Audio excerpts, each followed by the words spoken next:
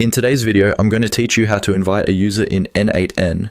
Whether you're managing workflows or collaborating with a team, understanding how to invite new users into n8n can greatly enhance your productivity and streamline team efforts. So let's dive right into the process. First, you'll want to open n8n and look towards the bottom left corner of your screen. Here, you'll find an icon that looks like a gear, which acts as the entry point to your settings. This gear icon is crucial as it contains all the tools and functionalities you'll need to manage your account and its settings effectively. So go ahead and click on that gear icon to proceed. After clicking the gear icon, you'll be taken to a new menu. Here, among other options, you will see a section labeled Users.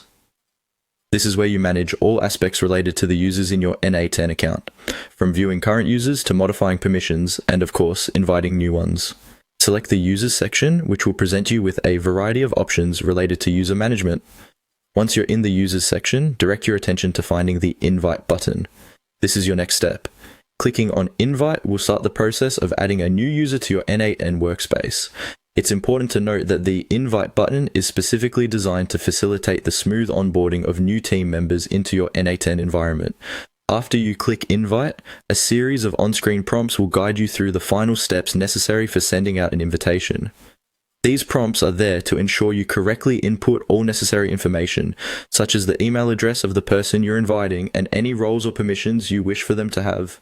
It's essential to pay close attention to these prompts, as they will make sure that your new user is set up accurately and efficiently.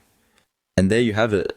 By following these simple steps, you can invite a new user to your n8n account without any hassle. Remember, as you add users, managing roles and permissions is a key element in ensuring that everyone on your team has the right level of access and can contribute effectively to your projects. Thanks for watching, and I hope this guide was helpful for you. Happy collaborating, and see you next time.